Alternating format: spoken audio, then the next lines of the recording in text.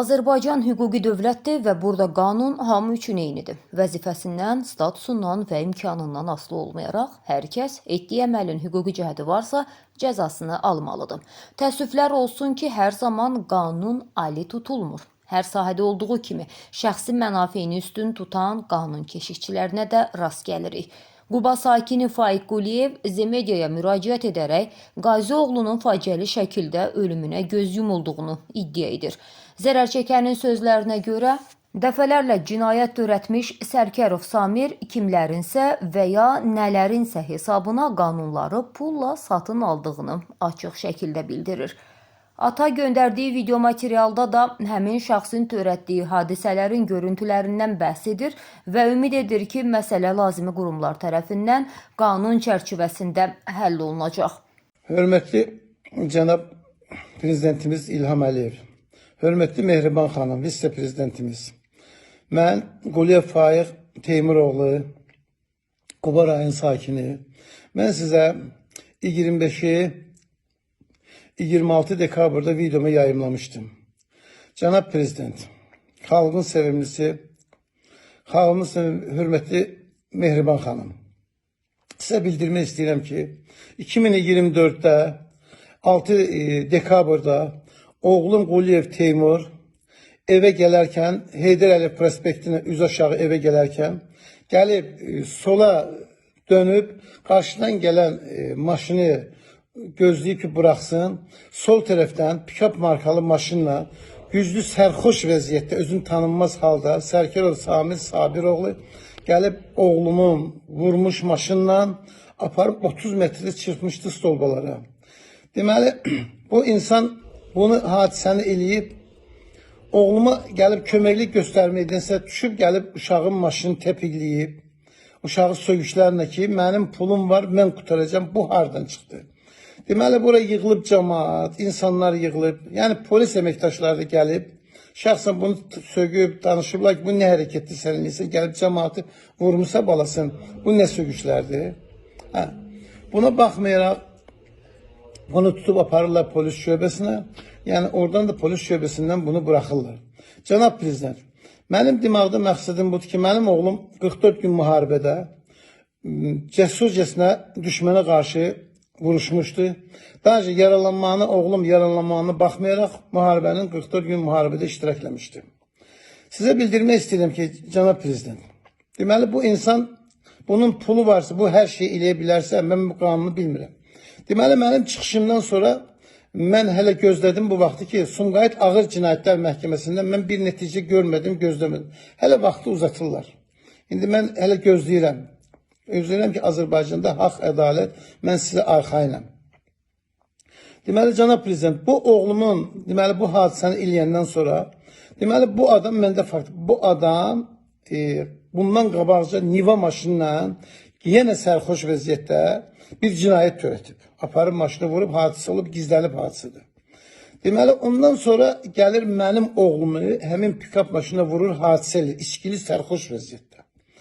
Sonra oğlumun hadisəsindən bir 12-14 gün sonra mənə məlumat çatır ki, bu içində bir qadınla Xınalıq Quba yolunda bu Niva maşınını aşırtır, içində də əzdən olur. Bu gizlətir maşını. Mənə məlumatına görə mən bunu 2 gün qaynaq xəttə zəngiləyib, bunu meşədən maşının 102-yə zəngiləyib, meşədən maşını çıxartdırıram. Zəngiləyim 102 xidmətinə gəlib bunu maşını çıxartırlar, getirirlər də ardı məlum məsələdir ki, bunu niyə buraxırlar? Bu özü cinayətidir. Bu insan dəfələrlə, tək bu hadisələr də gəlib, sərxoş vəziyyətdə mən heç nədən çəkinmir, bunun arxasında dayanan kimsə bilmirəm. Özü də deyir, restoran müdürüyəm, haranın müdürüsə bilmirəm. Yuxarıda bir restoran var, bilmirəm onun sahibi də kimdirsə, bu kimə arxalanıbsa.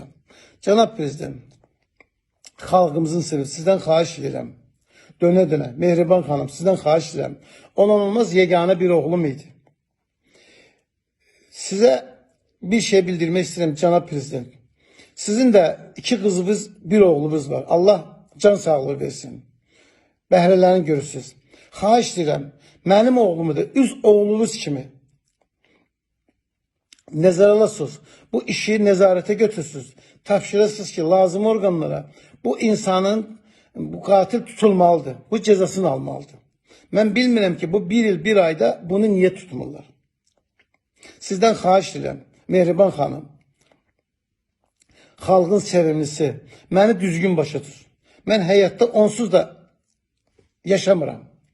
Özümü tuturam sizə, xahiş edirəm, dönə-dönə cənab prezident, bu işi nəzarətə götürün. Hörmətli Kəmran Əliyev, bizim baş prokuror, sizdən xahiş edirəm, dönə-dönə, bu işi nəzarətə götürün.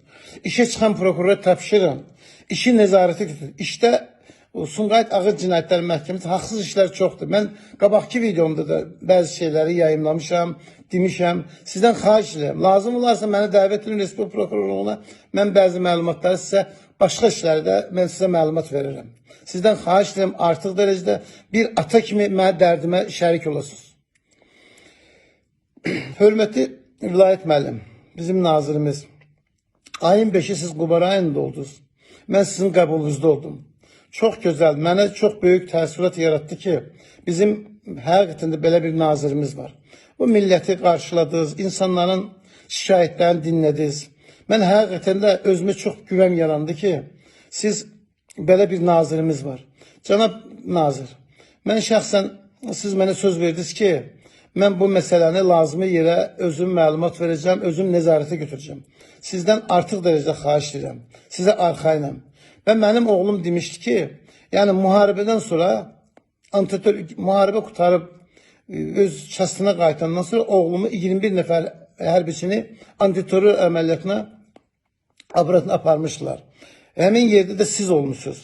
Yəni saldatların Qubadlı rayonunda oğlum demişdi ki, bəli nazir gəldi ora, saldatlarla maraqlandı, nə lazımdır, nədir.